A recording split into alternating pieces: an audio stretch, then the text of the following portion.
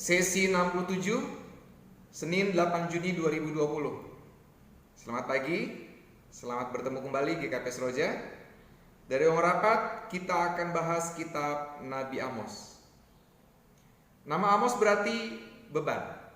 Ia bukanlah seorang nabi profesional dalam arti sebagai seseorang yang memang mengabdikan dirinya secara full di bawah perintah Tuhan. Boleh dikatakan bahwa Amos adalah seorang nabi dadakan, karena sebenarnya ia adalah seorang peternak dan pemungut buah ara yang tinggal di Tekoa, sebuah kota kecil di selatan Yerusalem atau di kerajaan selatan atau kerajaan Yehuda. Selain latar belakang Amos, masih ada satu hal lain yang menarik, yaitu bahwa Amos mendapatkan penugasan dari Allah justru untuk memberitakan suara Tuhan kepada orang di kerajaan utara. Tidak banyak nabi yang seperti ini. Jelasnya, ia adalah seorang selatan, tetapi menyampaikan suara kenabiannya untuk orang utara. Hal ini, sekali lagi, sangatlah tidak umum. Nah, itulah alasannya yang pada waktunya nanti Amos diusir dari utara untuk kembali ke selatan. Catatan waktunya sangat jelas, bahkan sangat spesifik, yaitu ia menyebutkan tentang peristiwa gempa bumi, yang sangat mungkin maksudnya adalah gempa bumi di sekitar tahun 760 sebelum Masehi. Maka dengan informasi tersebut, banyak ahli menduga bahwa kitab Amos ini ditulis dalam kurun waktu antara tahun 762 sebelum Masehi hingga 750 sebelum Masehi. Saya akan lanjutkan tentang kitab Amos nanti sore.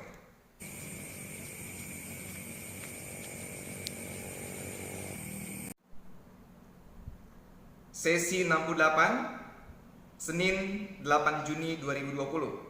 Selamat sore GKP Seroja. Dari ruang rapat, mari kita lanjutkan dengan isi kitab Amos. Secara umum, kitab ini menyampaikan berita bahwa Allah akan menghukum Israel Utara dengan beberapa alasan. Pertama, orang-orang kaya dan penguasa telah sangat serakah sehingga jelas-jelas merampok rakyat miskin. Yang kedua, para elit keagamaan, terutama imam dan nabi, telah sangat korup dan melakukan praktik jual beli ataupun lelang doa maupun lelang firman Tuhan. Dengan kata lain, ada banyak nabi palsu. Yang ketiga, banyak rakyat ikut-ikutan elit keagamaan yang menyembah ilah-ilah lain. Yang keempat, ibadah dan perayaan-perayaan keagamaan mereka, termasuk juga berbagai korban bakaran, semuanya hanyalah kemunafikan sehingga Allah tidak menyukainya.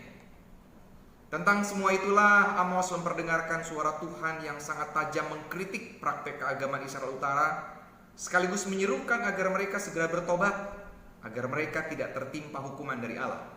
Namun sayangnya seruan itu tidak mendapatkan perhatian orang-orang utara. Kitab Amos terdiri dari 9 pasal dan terbagi ke dalam 2 pembagian besar. Yang pertama, pasal 1 sampai pasal 7 berisi tentang penghukuman atas Israel Utara dan bangsa-bangsa sekitarnya. Yang kedua, pasal 8 sampai pasal 9 berisi tentang penglihatan-penglihatan berkaitan dengan bentuk penghukuman yang akan mereka alami. Dan kemudian disusul dengan pemulihan pasca penghukuman.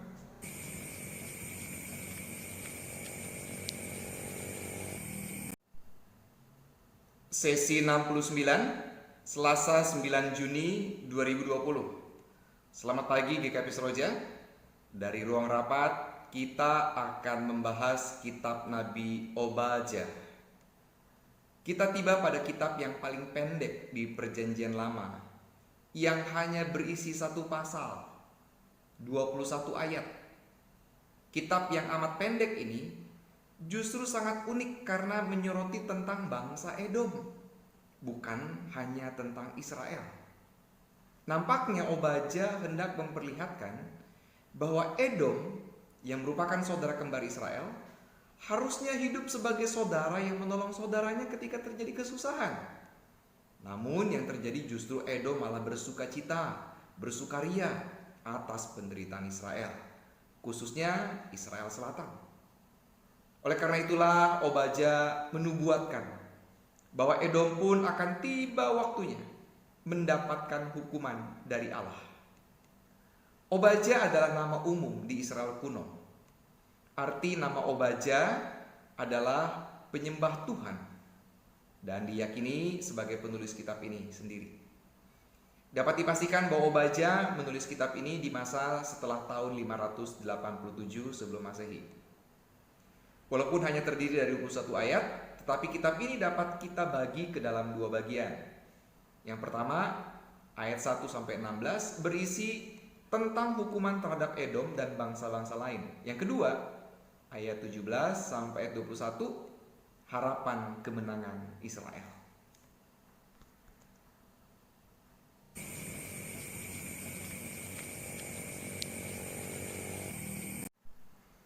Sesi 70, Selasa 9 Juni 2020. Selamat sore GKP Seroja. Dari Ruang Rapat, kita akan bahas kitab Nabi Yunus. Saya sangat yakin bahwa dari anak-anak sekolah minggu sampai orang dewasa sangat mengenal kitab ini. Salah satu bagian yang sangat fenomenal adalah Yunus di perut ikan. Bahkan ada lagunya. Nama Yunus berarti burung merpati. Kitab ini ditulis pada zaman Raja Yerobeam kedua yang memerintah tahun 783 sebelum Masehi sampai 743 sebelum Masehi. Dan sangat mungkin kitab ini mengalami proses penyuntingan setelah tahun 530 sebelum Masehi. Secara umum, kitab ini merupakan bentuk sindiran untuk menentang pandangan picik bangsa Yahudi yang menyebut diri mereka sebagai bangsa pilihan Allah dan pada gilirannya justru malah menimbulkan kesombongan rohani dalam diri mereka, serta bersikap intoleran dan memandang bangsa lain sebagai bangsa yang tidak diberkati. Sementara itu bagi mereka, Allah adalah Allah milik mereka saja, hanya bagi bangsa Israel. Nah, kitab ini menentang semua pandangan itu dan lalu memberikan penegasan atas pandangan baru, yaitu bahwa Allah adalah Allah bagi semua orang, bukan hanya bagi Israel. Allah adalah Allah yang tidak terbatas. Kitab ini terdiri dari 4 pasal dan dapat kita bagi menjadi 3 bagian. Yang pertama, pasal 1 ayat 1 sampai 16. Yang kedua, pasal 1 ayat 17 sampai pasal 2 ayat 10. Dan yang ketiga, yang terakhir, pasal 3 ayat 1 sampai dengan pasal 4 ayat yang ke-11.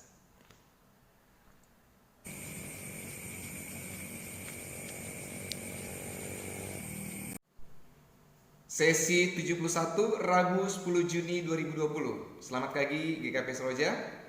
Dari Rapat kita akan bahas kitab Nabi Mikha. Nama Mikha berasal dari nama Mikah yang berarti seperti siapa. Dalam Alkitab berbahasa Ibrani, kata Mikah ini dikaitkan dengan istilah Mikahyu atau Mikahyahu yang berarti siapakah seperti Tuhan atau siapakah seperti Yahweh. Kalimat ini lebih pas dimaknai bukan sebagai kalimat tanya, melainkan sebagai penegasan kehebatan Yahweh.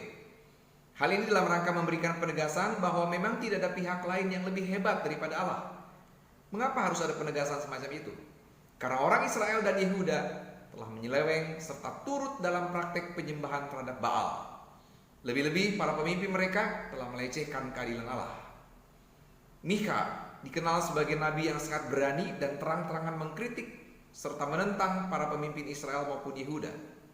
Ia berasal dari kota kecil di Moreshet, sekitar 38 km di selatan Yerusalem.